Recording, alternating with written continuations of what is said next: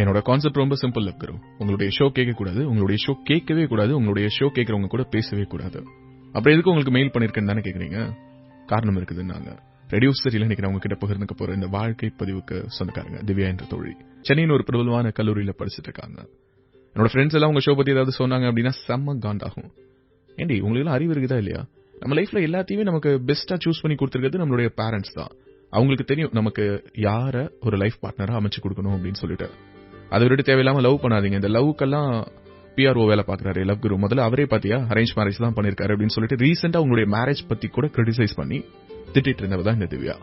But still Divya has a reason to mail you. நாங்க ரொம்ப நல்லது, சந்தோஷம். இந்த மாதிரி அங்கங்க நம்மள திட்டியாவது 4 பேர் பேசுறாங்களே அப்படின்னு சொல்லி கேட்டுக்கிட்டேன். லவ் குரு எனக்கு ஏன் காதல் பிடிக்காதுன்னா பல காரணங்கள் இருக்குது. மிக முக்கியமா காதல் வந்துருச்சு அப்படின்னா நாமளா இருக்க முடியாது. நம்ம நேசிக்கிற ஒருத்தங்களுக்காக நம்மள மாத்திக்கணும். நமக்கு ஒத்தே வராத ஒரு சில விஷயங்கள்லாம் ட்ரை பண்ணுவோம். இன்னும் சொல்ல போனா ஆரம்பத்துல நடிப்போம். எல்லாராலையும் அப்படி ஓவர் நைட்ல மாறவே முடியாது. லவ் பண்ற நிறைய பேர் ஓவர் நைட் சடனா சேஞ்ச் ஆகும் போதெல்லாம் எனக்கு வர மிக முக்கியமான கேள்வி, ஏன் இப்படி நடிக்கிறீங்க அப்படிங்கிறது தான். நீங்களா இருக்கீங்களா அந்த காதல்ல? உங்களுடைய சுயத்தை இழக்கிறீங்க, உங்களுடைய ஃப்ரெண்ட்ஸை இழக்கிறீங்க. ஃப்ரெண்ட்ஸை கட் பண்ணாதான் அங்க காதலே ஸ்ட்ராங் ஆகுது. ஆமாவா இல்லையான்னாங்க. ஓகே, சோ காதலுக்கும் நட்புக்கும் இடையில இந்த காலங்காலமா இருக்கக்கூடிய பகையை கொண்டுட்டு வந்து இந்த இடத்துல நிறுத்துறீங்க. ஓகே, கண்டினியூ பண்ணுங்க. என்ன அது மட்டும் இல்ல லவ் குரு, ரொம்ப சிம்பிளா சொல்றேனே, நிறைய பொய்கள் சொல்ல வேண்டியது இருக்கும். எனக்கு பொய் வராது லவ் குரு, அதனால எனக்கு காதல் வராதுன்னாங்க.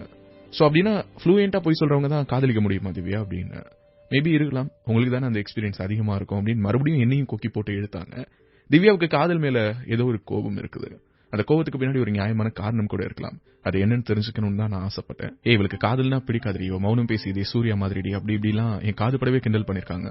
ஒரு சில பேர் ஔவையார், காரைக்கால் அம்மையார் அப்படின்லாம் பட்ட பேர்லாம் வச்சு கூப்பிட்டுருக்காங்க. பட் என்னுடைய மனசுக்குள்ளார ஏன் இப்படிப்பட்ட ஒரு தாக்கம் ஏற்பட்டது அதை பத்தி நான் சொல்லணும். ஸ்கூல் படிக்கும் போது லவ் குரு, ஆமா கரெக்டா +2 எக்ஸாம்ஸ் போது என்னுடைய க்ளோஸ் ஃப்ரெண்ட் அன்னைக்கு எக்ஸாம்க்கு வரல. பதறி அடிச்சுட்டு எக்ஸாம் முடிச்சுட்டு வந்து அவளுடைய வீட்டுக்கு ஃபோன் பண்ணி கேட்டோம். இல்ல அவளுக்கு உடம்பு சரியில்லைன்னு சொன்னாங்க. நானும் நம்ம அவளுக்கு உடம்பு தான் சரியில்லை அப்படின்னு சொல்லிட்டு, சரி அங்கிள் நான் வீட்டுக்கு வந்து பாக்கட்டுமா வராதுன்னாங்க. வெரி நெக்ஸ்ட் டே தான் எனக்கு தெரிய வந்தது அவ வீட்டை விட்டு ஓடி போயிட்டா அப்படின்னு சொல்லிட்டு. அந்த ஒரு இன்சிடென்ட் என்னுடைய மனசுக்குள்ளார ஏற்படுத்தின ஒரு தாக்கம். மேபி அதுதான் இப்படிப்பட்ட ஒரு அவர்ஷனுக்கு காரணமா கூட இருந்திருக்கலாம். நாங்க திவ்யா காலேஜ்ல திவ்யாவுக்கு பட்ட பேர் ஔவையார், காரைக்கால் அம்மையார். ஏன்னா காதலே பிடிக்காது, கடைசி வரைக்கும் கல்யாணமே பண்ணிக்காம இருக்க போறியா அப்படிங்கிற அளவுக்கு ஃப்ரெண்ட்ஸ் எல்லாம் பயங்கரமா டீஸ் பண்ணிருக்காங்க. பல விஷயங்கள் மனம் விட்டு பேசினாங்க. ஆரம்பத்துல ரொம்ப ஜாலியா தான் பேசிட்டு இருந்தாங்க. பட் இந்த இன்சிடென்ட் நரேட் பண்ணும்போது அவங்களுடைய குரல் உடைஞ்சிருச்சு. ரொம்ப க்ளோஸ் ஃப்ரெண்ட் லவ் குரு. என்கிட்ட கூட அவ அந்த லவ் சொல்லாம மறைச்சிருக்கான 2 ரீசன் தான். ஒன்னு, காதல் வந்த உடனே நட்பு அங்க தேவையில்லாம போயிடுது. ரெண்டாவது, அது அவளுக்கு தப்புன்னு தெரிஞ்சிருக்கலாம். வெளியில யார்கிட்டயாவது சொல்லி அவளை அப்படிப்பட்ட ஒரு தப்பான முடிவுல இருந்து காப்பாத்திடுவேன் தெரிஞ்சும் கூட அந்த தப்ப அவ பண்றதுக்கு துணிஞ்சிருக்கானா, காதல் ஒருத்தங்களை பைத்தியக்காரத்தனமான முடிவுகள் எடுக்க வைக்குதுன்னு தான் தோணுனாங்க. போர்டு எக்ஸாம்ஸ் போது அம்மா வேணாம், அப்பா வேணாம், யாருமே வேணாம் அப்படின்னு சொல்லி எல்லாரையும் தூக்கி போட்டுட்டு போனவே இன்னைக்கு லைஃப்ல நல்லா இருக்காளா என்ன? இல்ல லவ் குரு, அதுதான் இன்னும் மனசுக்கு வேதனையா இருக்குது. நான் காலேஜ் போயிட்டு இருக்கேன். கையில ஒரு குழந்தையோட அவ ஹோம் மேக்கரா இருக்கா. எவ்வளவு கனவுகள் என் கூட உட்காந்து பேசியிருக்கா தெரியுமா காலேஜ் பத்தி. ஓகே, அவ நல்லாவே இருந்தாலுமே, சந்தோஷமா இருந்தாலுமே, +2 படிக்கும் போது யாருமே வேணாம் அப்படின்னு சொல்லி தூக்கி போட்டுட்டு போக வைக்குதுன்னா அது என்ன காதல்? இந்த கேள்விகள் தான் லவ் குரு எனக்கு காதல் மேல ஒரு அவர்ஷனை உண்டு பண்ணுச்சு. சோ ஃப்ரெண்ட்ஸ் கிட்ட இதெல்லாம் சொன்னது கிடையாது. இதெல்லாம் சொன்னா ஒரு ஃப்ரெண்ட் ஓடி போயிட்டா அப்படிங்கறதுனால உனக்கு லவ் மேலேயே கோவம் வந்துருமான்னு கேட்பாங்க. நம்ம லைஃப்ல என்ன நடக்குதோ அதை வச்சுதான் நம்ம வாழ்க்கையை ஜட்ஜ் பண்றோம் இல்லையா? வாழ்க்கை ரொம்ப சந்தோஷமானது, ஆனந்தமயமானது அப்படின்னு சொல்லிட்டு மிகப்பெரிய மகான்கள்லாம் சொல்றாங்க. எல்லாருமே அதை அப்படியே ஏத்துக்கிறோமா என்ன? அட போங்க நீங்க வேற, என் லைஃப்ல எவ்வளவு கஷ்டம் எனக்கு தானே தெரியும் அப்படின்னு தானே சொல்றோம். அப்படின்னா நாம பார்க்கக்கூடிய காட்சிகள், நம்முடைய வாழ்க்கையில நடக்கக்கூடிய நிகழ்வுகள் தான் நம்முடைய வாழ்க்கையை தீர்மானிக்குது. அந்த வகையில பார்த்தா எனக்கு காதல் இப்படிப்பட்ட ஒரு கசப்பான அனுபவத்தை கொடுத்திருக்குது. இன்னும் சொல்ல போனா ஒரு ஏமாற்றத்தை கொடுத்திருக்குது, வலியை கொடுத்திருக்குது, வேதனையை கொடுத்திருக்குது. How can I celebrate love? எப்படி உங்களுடைய ஷோ கேட்கும்போது எனக்கு சந்தோஷம் இருக்கும் அப்படின்னாங்க. ரொம்ப நியாயமான ஒரு கேள்வி. நான் டிஃபெண்ட் பண்ணல. அவங்க சொல்ற ஒவ்வொரு வார்த்தைக்கு பின்னாடியும் இருக்கக்கூடிய அந்த கோபம், அந்த வலி, அது ரொம்ப நியாயமானது. But at the same time ஒரு சில வார்த்தைகள் இந்த இடத்துல நான் பதிவு பண்ணணும். அப்படி இல்லைன்னா இந்த ஸ்டேட்மெண்ட் எல்லாமே சரின்னு ஆயிடும். இந்த ஸ்டேட்மெண்ட் எல்லாமே சரி யாருக்குன்னா திவ்யாவுக்கு. ஆனா பொதுவாக ஒரு ஸ்டேட்மெண்ட் இருக்கும்ல. +2 படிக்கும்போது என்னுடைய ஃப்ரெண்ட் வீட்டை விட்டு ஓடி போயிட்டா. போர்டு எக்ஸாம்ஸ் கூட வரல. காலேஜ் போய் படிக்கணும்னு ஆசைப்படவே இன்னைக்கு கையில குழந்தைய வச்சுட்டு நின்னுட்டு இருக்கா. இப்படி ஒரு பெண்ணை வீட்டை விட்டு போக செய்யக்கூடிய அந்த காதலை நான் எப்படி நேசிக்க முடியும் அப்படிங்கிறது தான் திவ்யா என் முன்னாடி வைத்த நியாயமான கேள்வி. நம்முடைய இந்தியன் கல்ச்சர்ல பெண்கள் பொதுவாக வயசுக்கு வந்ததற்கு பிறகு ஏஜ் அட்டன் பண்றாங்க அப்படின்னு சொல்றோம்ல, அதற்கு பிறகு அந்த பெண்ணுக்கும் அந்த பெண்ணுடைய அப்பாவுக்கும் இடையிலான அந்த இடைவெளி ரொம்ப அதிகமாயிடுது.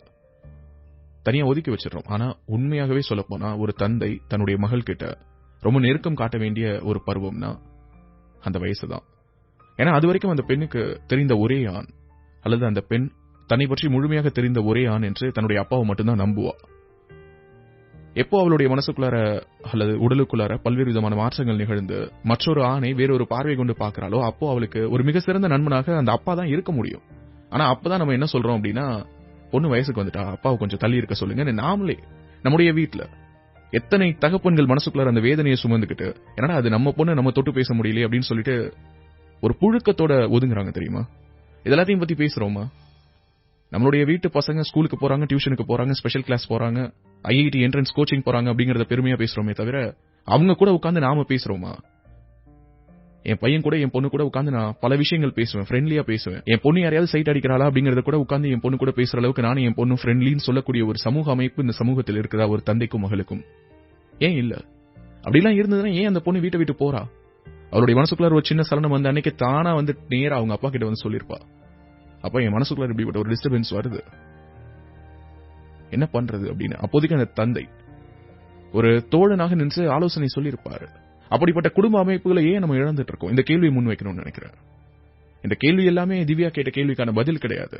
ஆனால் திவ்யா மாதிரி என்கிட்டயும் சில கேள்விகள் இருக்குதுங்கிறத நான் பதிவிடணும். அதுக்காக ஸ்டே டியூன். நான் உங்க ரேடியோ சிட்டி லவ் குரு.